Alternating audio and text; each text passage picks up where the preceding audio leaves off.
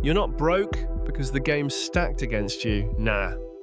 It's because they've drilled into your head that grinding through pain is some kind of badge of honor.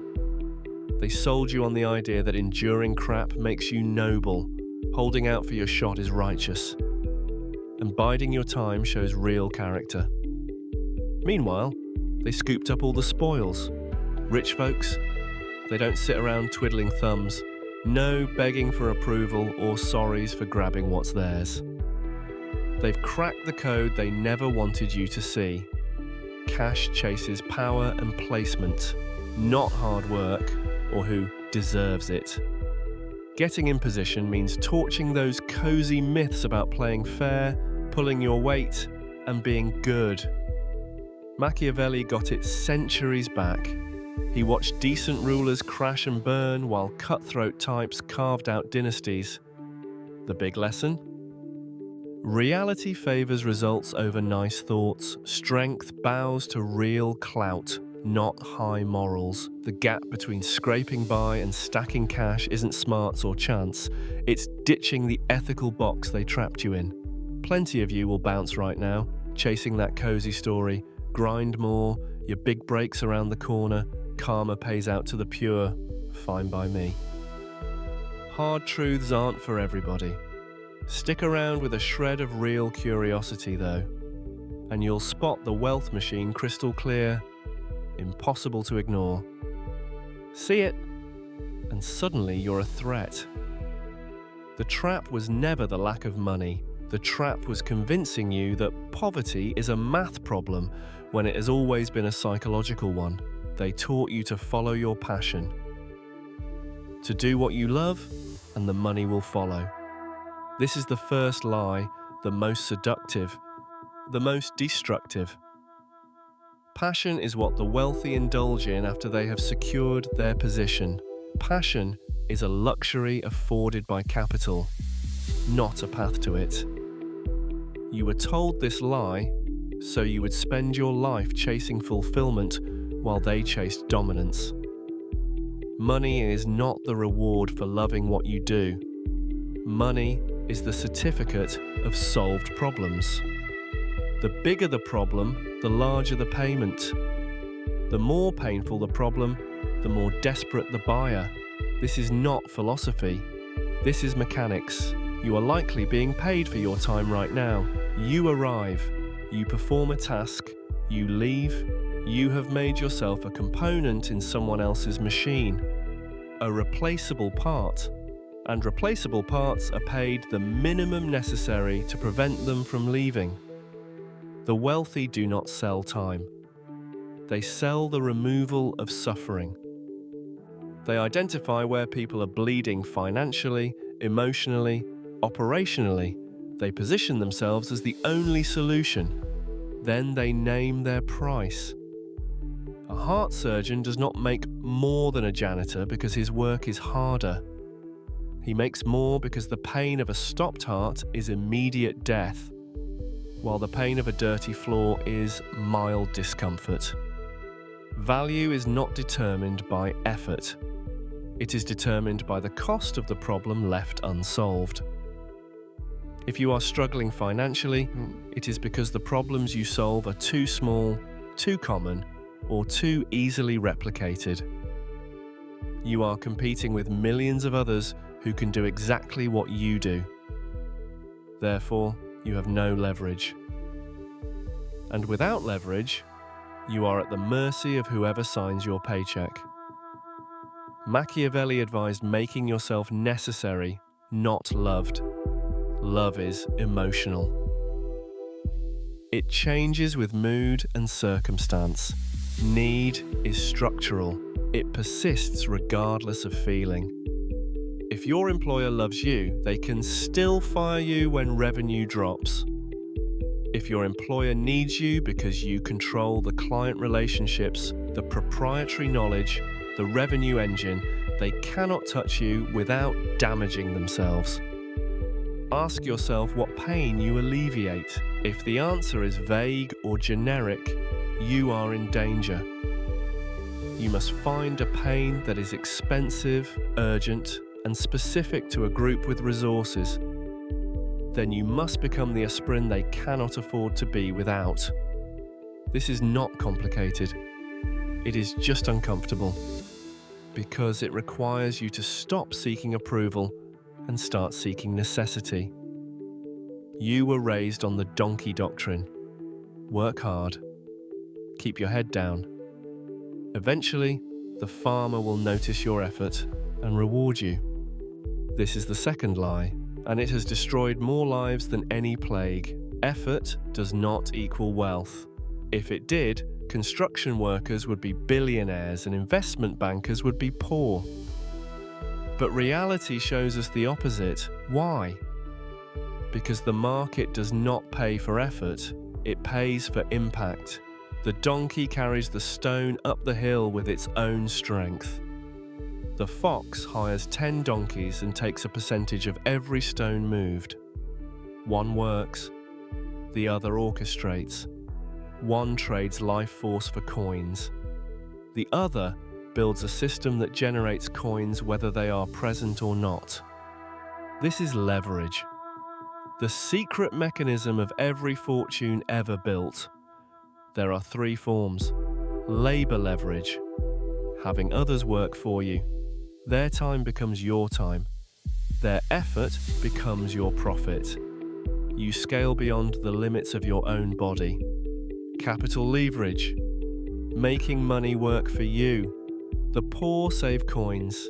The wealthy borrow those coins from the bank at low interest and use them to purchase the assets the poor work on.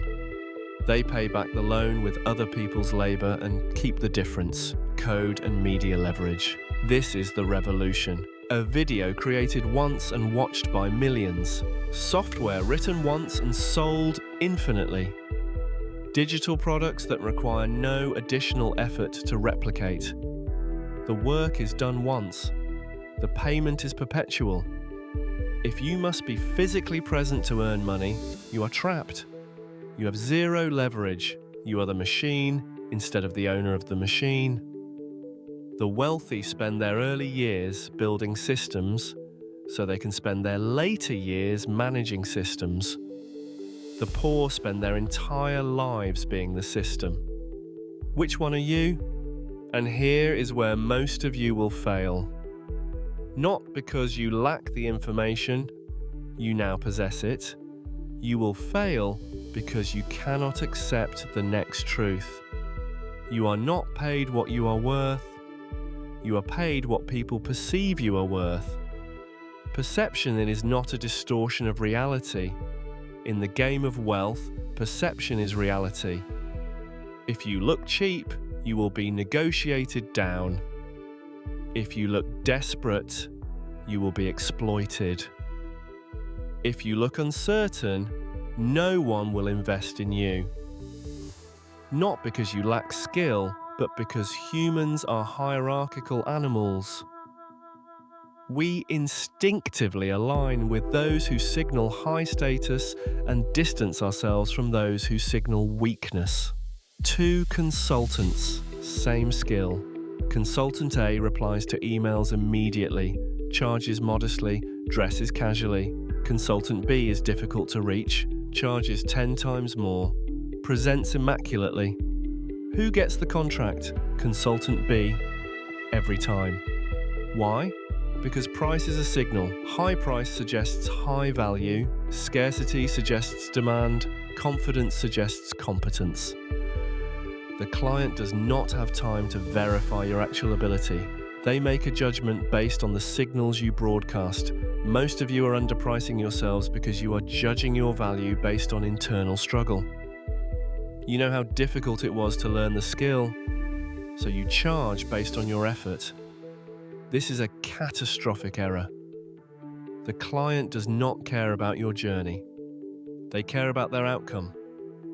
When you raise your price, you do not just earn more. You filter your clientele. You attract those who value quality over cost. You repel those who will exhaust you with demands and pay you poorly. Pricing is not just revenue. It is positioning. Machiavelli warned princes never to let the public see them beg or stumble. Apply this. Never complain about money publicly. Never look like you need the deal. The strongest negotiation position is the ability to walk away and mean it. Audit yourself, not just your appearance, but your speech, your availability, your digital presence. Are you signaling commodity or prize? Wealth flows to the prize. You think you need more to get rich. More ideas, more contacts, more hours. Machiavelli would tell you that you need less. A prince cannot rule if his court is filled with parasites and traitors. He must purge them. Your life is likely filled with poverty-inducing variables. The people, the habits, the inputs. If you tolerate friends who complain about the economy, you will absorb their victimhood. If you tolerate partners who worship safety over freedom, they will anchor you to mediocrity.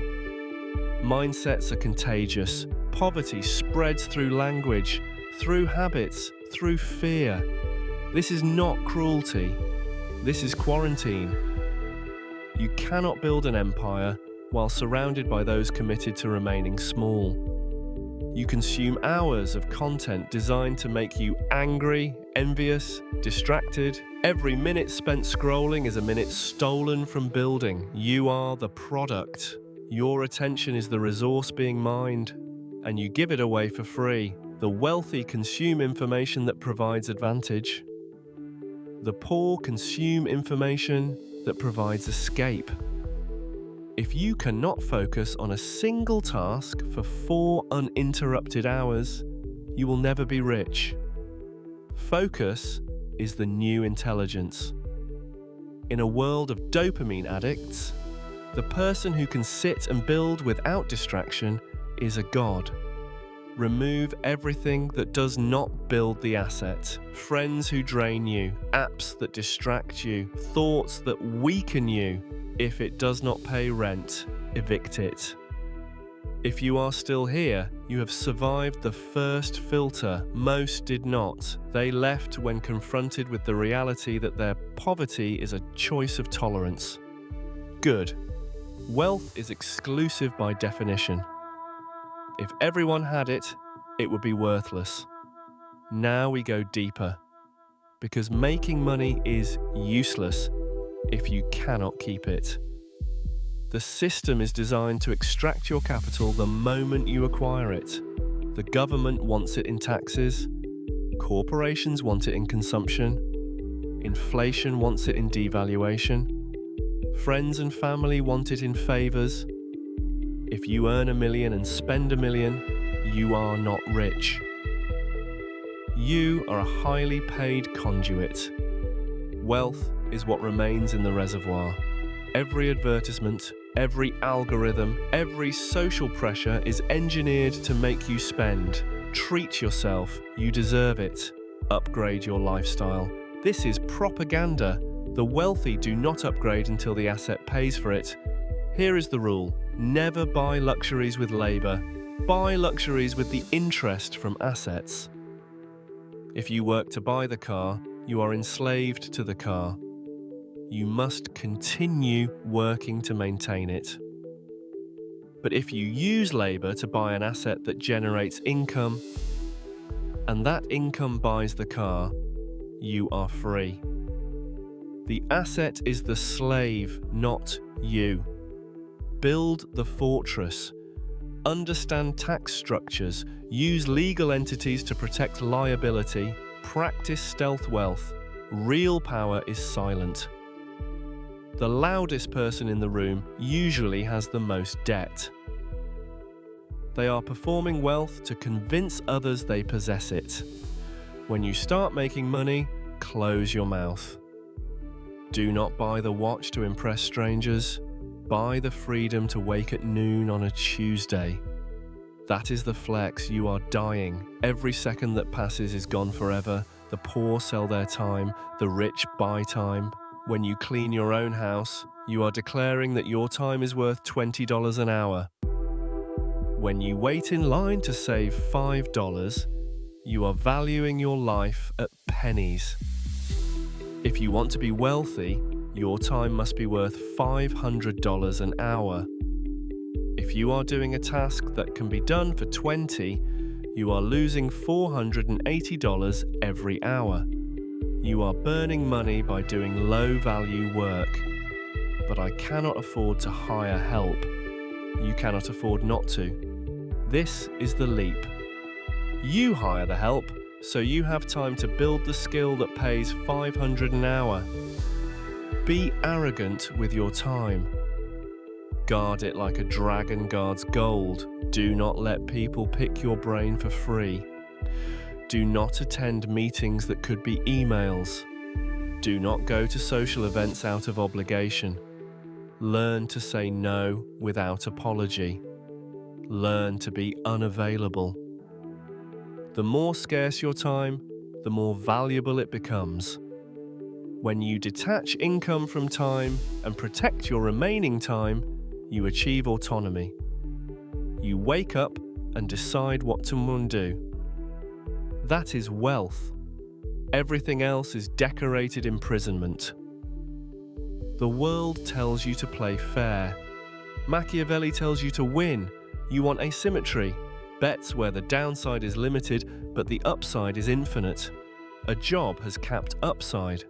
You will never earn 1,000 times your salary next month, but the downside is total. You get fired. Starting a business or creating content has limited downside.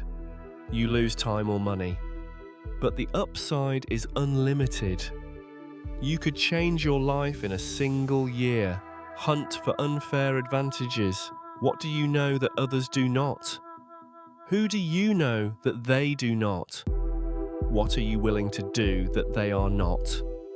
Maybe your advantage is location, language, obsession with a niche. Lean into it. Do not try to be well-rounded. Well-rounded people make good employees. Spiky people make history. Find your spike, sharpen it until it is lethal. Specialization is how you monopolize value. Find the weak point in the market. The thing everyone ignores or does poorly. Attack it with everything you have. Do not compete, dominate. And here is the final law, the one that separates those who understand from those who merely agree. Hope is not a strategy. I hope I get promoted. I hope the economy improves. I hope I get lucky. Machiavelli despised those who relied on fortune. He admired boldness. You cannot wait for luck. You must drag it into existence. You must kill the part of yourself that is waiting to be saved. No one is coming. There is no bailout for your life. There is no inheritance. There is only you and the cold reality of the market. This realization terrifies the weak, but it liberates the strong. If it is up to you, then you have control. Stop hoping. Start planning. A plan is not a dream. A plan is a sequence of actions. Acquire a high-value skill. Apply it to solve painful problems. Charge appropriately. Use the money to buy assets. Repeat until free. It is boring. It is repetitive. It is simple. The only variable is discipline. Are you willing to do the boring work when you do not feel like it? Are you willing to study when others are partying? Are you willing to risk looking foolish? If yes, wealth is inevitable. Not possible. Inevitable. It is just a matter of time. So why is getting rich easier than you think? Because you've been overcomplicating it with emotion. You have injected fear, guilt, pride, and expectation into a simple equation. Remove the emotion. Look at the board, identify pain, provide solution, leverage systems, protect capital, buy time back. That is it. The real hurdle isn't figuring out the moves, it's transforming into the guy who pulls them off. Picture yourself as that lone wolf thriving in the freeze, no thumbs up required. Someone who faces facts head on, not some dream world fantasy. Machiavelli wasn't chasing likes, he dropped raw honesty. You've got the tools to flip your world, but only if you ditch the blame game. You're holding the plans. Time to construct something epic. Heads up though, this road's one way, spot the puppet strings, and you can't play dumb anymore.